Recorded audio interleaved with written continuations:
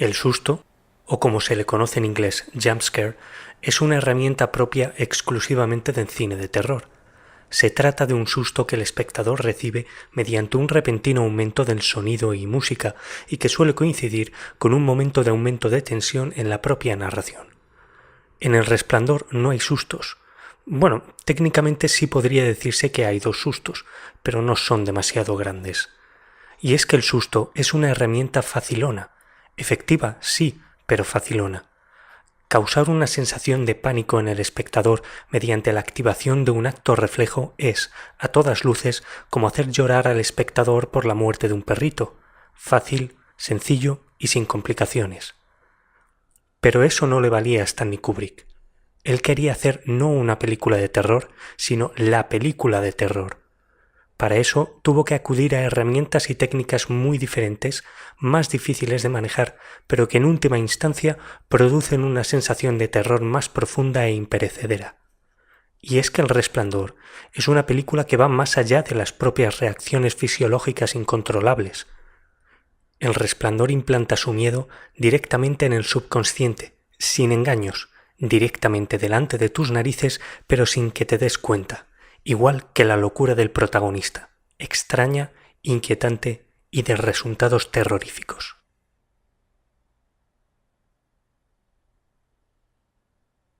Mucho se ha hablado de las actuaciones en esta película.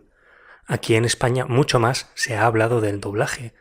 Dejando a un lado las imperfecciones del doblaje, nos centraremos en las actuaciones originales. Es algo sabido por todo aficionado al cine que Stanley Kubrick era brutalmente perfeccionista. Su visión sobre qué debía ser la película era incontestable. A fin de cuentas, era el director. Sin embargo, donde muchos directores dan manga ancha a los diferentes departamentos y colaboradores de la película, Kubrick no lo permitía. Si él quería que se hiciese algo de una manera, así debía ser. Y es que sus razones tenía. A la hora de crear cualquier producto artístico, el autor debe tener motivos para todo. Debe tener un porqué para que cada cosa sea como es. En muchas ocasiones, el propio subconsciente del autor guía automáticamente su voluntad, y es más tarde cuando el autor descubre el motivo por el cual se ha hecho de determinada manera. Pero siempre debe haber un motivo. ¿Qué pasa si no lo hay? Que entonces el autor no está diciendo nada, está rellenando. Los motivos pueden ser muy variados.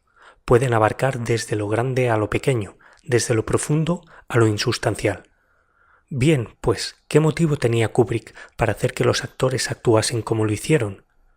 Jack Nicholson y Shelley Duvall eran, en el momento de rodar la película, unos actores capaces, al menos en gran medida, de protagonizar una película de terror. Sabían mostrar todas esas emociones asociadas al pánico propio de una película así. Sin embargo, Kubrick les hizo repetir las tomas emocionalmente más difíciles y agotadoras varias decenas de veces, hasta el punto de que Shelley Duvall tuvo ataques de pánico durante el rodaje. El motivo de Kubrick era muy sencillo. No buscaba la representación del miedo y la locura, buscaba el miedo y la locura reales.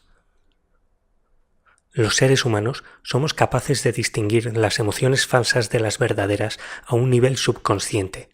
Aunque no seamos conscientes de ello, sabemos cuando una persona está fingiendo una emoción y ello provoca en nosotros una reacción de rechazo, no de incomodidad, lo cual sería, y es, como veremos más adelante, una reacción deseable, sino rechazo.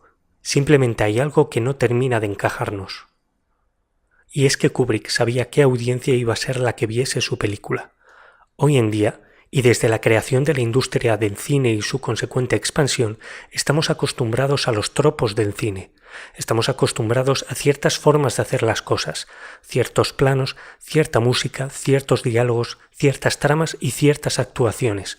Por tanto, estamos acostumbrados a que cuando vemos una emoción falsificada por un actor, ésta nos genere el menor rechazo posible. Simplemente es algo que ya forma parte de nuestra manera de ver cine. Pero, aún así, ese rechazo a las emociones falsas sigue ahí, no se va. Kubrick se lo carga de un hachazo. Si las actuaciones en El Resplandor son tan impresionantes es porque los actores no actúan, simplemente están sintiendo miedo y locura. Es por eso que las actuaciones de Jack Nicholson y Shelley Duvall nos inquietan de igual manera que nos inquieta el miedo y la locura reales, porque no percibimos de manera subconsciente que sean falsas. Como comentario final a las actuaciones, simplemente reseñar que Kubrick también tenía un motivo para hacer que Jack Nicholson y Shelley Duvall actuasen como autómatas en el primer acto de la película.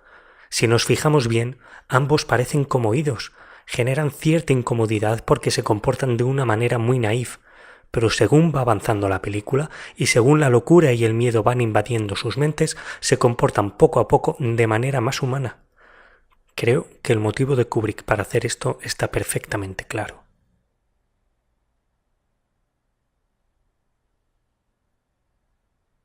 Normalmente, a la hora de componer un plano de una película, se tienen en cuenta diferentes factores que hacen que el plano funcione. Dentro del encuadre, del fotograma, se debe mantener un equilibrio controlado entre todo lo que es de provecho incluir o excluir. Todo hay que elegirlo de antemano para conseguir en el espectador el efecto adecuado. Kubrick, de nuevo intentando acceder a nuestro subconsciente y con el propósito de provocar en el espectador inquietud, decide ir por lo sutil. Estamos viendo una historia de cómo la locura se hace poco a poco con la mente del protagonista, hasta el punto de querer matar a su familia. Esa locura se mete dentro de la cabeza del protagonista de una manera tan natural que en ningún momento él llega a ser consciente de que algo malo le está pasando. Kubrick quiere hacernos lo mismo. Para ello se sirve de una herramienta visual en cuanto a los planos se refiere: la simetría. El mundo no es simétrico. Hemos evolucionado en un mundo en que lo normal es la asimetría. Ello provoca que cuando vemos algo simétrico surge en nosotros cierta inquietud. Sí, es cierto, muchas veces la simetría nos parece bella, pero todo depende del contexto. Y es que la belleza es un tipo de inquietud agradable, puesto que estamos en un contexto agradable. Pero es una inquietud a fin de cuentas, es decir, provoca una falta de quietud. Nos provoca algo, nos mueve. Es por eso que la simetría, dependiendo del contexto, genera unas sensaciones agradables o desagradables, pues la simetría no es más que una herramienta para ensalzar aquello que queremos provocar. Normalmente, cuando se rueda una escena, hay que elegir en qué lugar del plano colocamos los elementos. Pongamos, por ejemplo, que rodamos a un personaje hablando. ¿Dónde lo colocamos? ¿A la izquierda del plano? ¿A la derecha? ¿En el centro? Cada una de esas posiciones tiene un efecto diferente. Como se puede ver a simple vista, Kubrick elige la simetría y por tanto pone a los personajes en el centro. Pero, ¿y qué pasa con el eje vertical? Y es que de lo que acabamos de hablar es solo el eje horizontal, izquierda, derecha o centro. Sin embargo, normalmente no se discute dónde poner a los personajes en el eje vertical. Es una costumbre habitual entre los directores de imagen de Hollywood hacer que, independientemente de la cantidad de cuerpo del personaje que se vaya a incluir en el plano, no se deja apenas aire por encima de este. Es decir, normalmente, independientemente de si se elige incluir el cuerpo entero del personaje, de cintura para arriba, de medio pecho para arriba, etc., siempre va a haber un poco de espacio entre el borde superior del fotograma y la cabeza del personaje.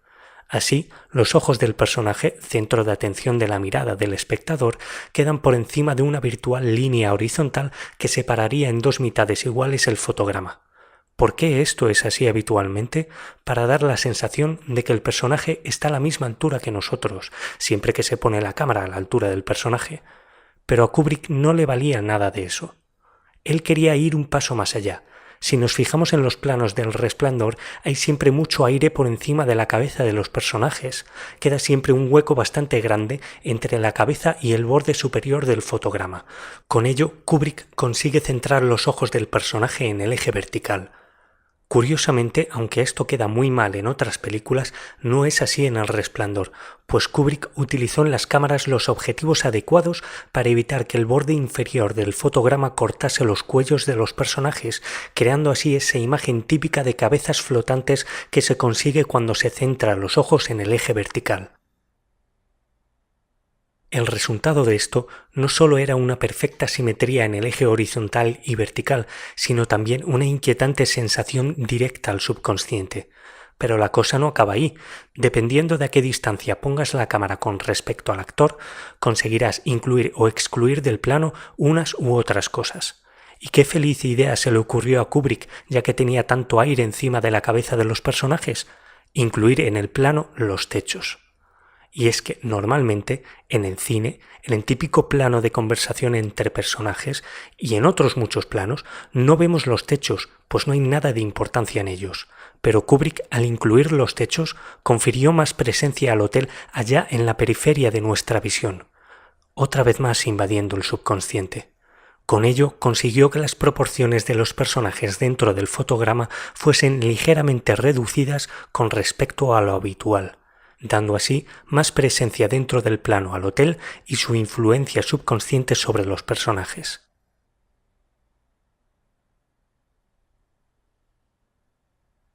En El Resplandor, aparentemente el malo es el personaje de Jack Nicholson.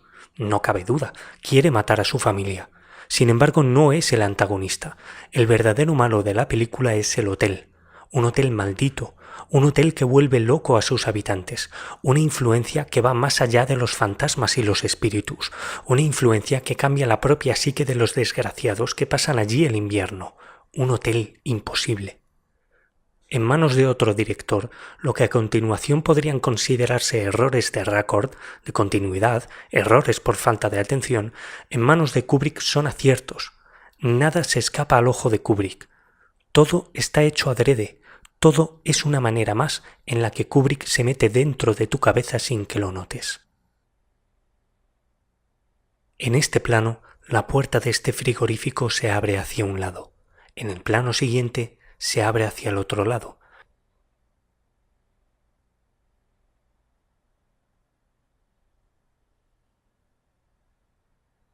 Pero es que cuando salen del frigorífico, mientras continúan hablando, salen del frigorífico que está enfrente. Esto lo podemos ver por los ventanales de la oficina del chef.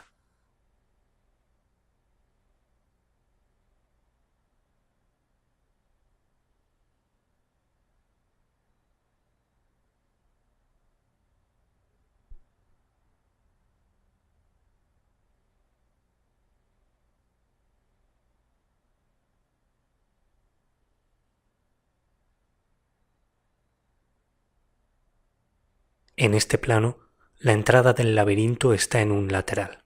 Más tarde, la entrada del laberinto está en otro lado, encarando al hotel. Pero es que el primer plano que tenemos del hotel es este. ¿Dónde está el laberinto? Se supone que está detrás del hotel, pero ahí no hay sitio para un laberinto tan grande. La habitación 237 es más grande de lo que podría ser.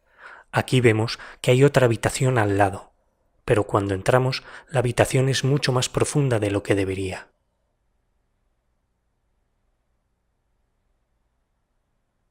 Las habitaciones del lado derecho serían imposibles o al menos absurdamente pequeñas, puesto que el hall está justo detrás.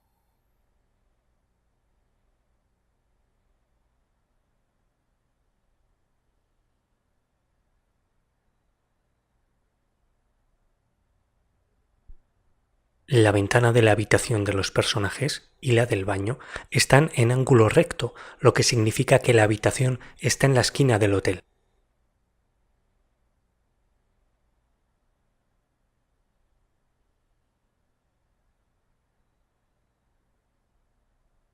Pero cuando vemos la habitación por fuera no es así.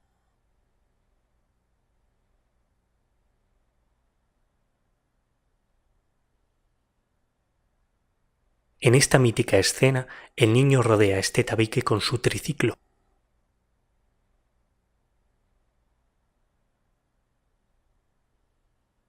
Pero el tabique solo tiene un par de metros de profundidad y sin embargo contiene un ascensor y dos habitaciones.